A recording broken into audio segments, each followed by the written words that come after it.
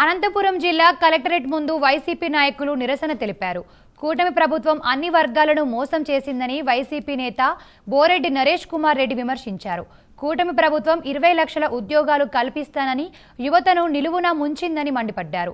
Contract ఉద్యోగులకు నెల జీతాలు ఇవ్వడం లేదని ఆగ్రహించారు.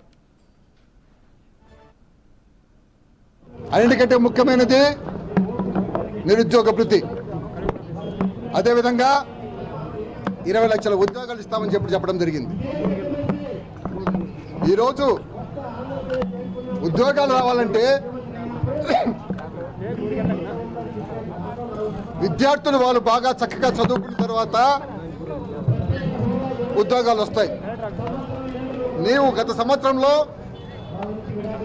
వసతి దీవెన లేదు, అమ్మఒడి లేదు, ఫీజు రీయింబర్స్మెంట్ లేదు, ఏమీ ఇవ్వకుండా ఒక సంవత్సరం కాలం పాటు విద్యను పూర్తిగా నాశనం చేయడం జరిగింది. ఇది కాకుండా